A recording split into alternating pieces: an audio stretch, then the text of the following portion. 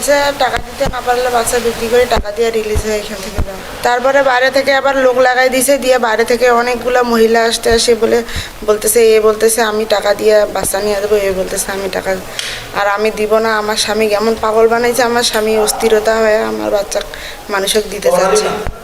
টাকা হয়েছে, টাকা না হলে বাচ্চা বিক্রি করে দাও। কালকে রাতেও বলতেছে যে বাচ্চা না হলে বিক্রি করে দাও। আমি বলছি আমার জীবন গেলেও আমি আমার বাচ্চা বিক্রি করে দিব না। তারপর বলতেছে তাহলে টাকা দেন না কেন, টাকা দিয়ে আজকে চলে যাবে এখান থেকে। এখন আবার আসলে ফারজানা ম্যাডাম আসি বলতেছে তোমার বাপের কিনিলি, টাকা দিতে না পারিয়ে এখানে খাও দাও ঘুমাও। বাচ্চা টাকা দিতে বলছে, টাকা দিতে না বলে বাচ্চা দিয়ে যা, বাচ্চা 20,000 টাকা আমি দিচ্ছি আর 30,000 টাকা দিচ্ছি, 20,000 টাকা মেডিকেলে কাটে নেবা, 10,000 টাকা নিয়ে বাসায় চলে যাও, ওষুধপাতি খাস। এইভাবে চাপ দিয়েছিল আমাকে, আর আমি তো বাচ্চা দেবো না। একজন আসছিল 3 জন, একবার আসছিল 7-8 জন, আর এর মধ্যে তো 15-20 জন করে দেখতে আসতেছে প্রতিদিন।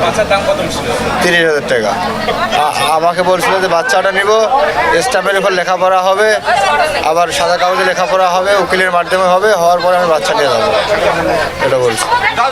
তারপর টাকা দেবো। আমি বলছি যে টাকা দিয়ে তোমরা তাড়াতাড়ি চলে যাও। এইটা এখন টাকা নাই সমস্যা, ভালো টাকা জোগাড় মানে রুগী 1 দিন 2 দিন ওয়েট করতেছে, চলে যাবে। আমি কেন রুগীকে আমি ওসব কেন বলছি? এখন বানায় কথা বললে তো আমার কিছু তাড়াতাড়ি টাকা পয়সা দেন, আপনার টাকা পয়সা দিব, কোনো সমস্যা না, আপনি ওটিটা করেন। আমি রুগীকে সেভ করলাম, বাচ্চা সেভ করলাম, এখন রুগী যাওয়ার সময় এখন আমাকে উল্টা ব্লেম দিচ্ছে। অথচ আমি জাস্ট এটাই বলছি যে তোমরা টাকা দিয়ে চলে যাবা, আমি সেটাই দেবো। সব রুগী আসতেছে যেভাবে তুমি সেভাবে চলে যাবা। একটা অভিযোগ ছিল যে এখানে একটি বাচ্চা কেনাবেচা হচ্ছে। আমরা এসে কিছু অসঙ্গতি পেলাম, আমরা উভয় পক্ষের কথা শুনেছি এবং এই অভিযোগটা একটা খুবই স্পর্শকাতর এবং একটা অমানবিক অভিযোগ যে একটি বাচ্চা কেনাবেচা হচ্ছে। তো আমরা এসে দুই পক্ষের কথা শুনে ব্যাপারটি সমাধান চেষ্টা করেছি। সেই সাথে হাসপাতালে কিছু অসঙ্গতি আমরা পেয়েছি। এখানে সেই অসঙ্গতিগুলোর প্রেক্ষিতে একটি আমরা প্রতিবেদন দিব। সেই প্রতিবেদন আমাদের এইচপি স্যারের বরাবর থেকে আসবে, তারপরে আমাদের ইউনো স্যার আশা করি কোনো পদক্ষেপ নেবেন। একটা নবজাতক শিশুর জন্ম হয়েছে, তার মাকে হচ্ছে গিয়ে শিশু যেতে দিচ্ছেন, সেই অভিযোগে আমরা এসেছি। এখানে হচ্ছে গিয়ে আমরা অভিযোগ পাওয়ার পরে আমি হচ্ছে গিয়ে ইউএচপি মহোদয়ের সাথেও কথা বলি, যেহেতু হচ্ছে গিয়ে মেডিকেলের বিষয়। তো এখানে হচ্ছে গিয়ে 2জন ডক্টর এসেছেন।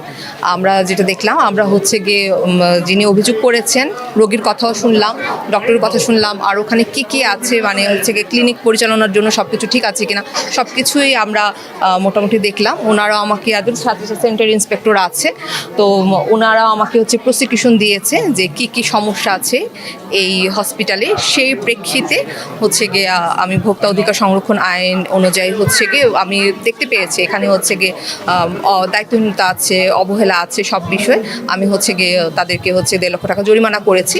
আর যে বাচ্চার কথাটা যেটা বিষয় আছে, যে ওই বিষয়গুলোতে হচ্ছে গিয়ে চাইলে হচ্ছে গিয়ে অভিযোগকারী হচ্ছে গিয়ে তার নিজে আইন সহায়তা নিয়ে, যেটা এটা মোবাইল কোর্ট আইনে যাবে না, অন্য আইনের প্রেক্ষিতে সেটার হচ্ছে গিয়ে ওরা চাইলে অভিযোগ করতে পারে।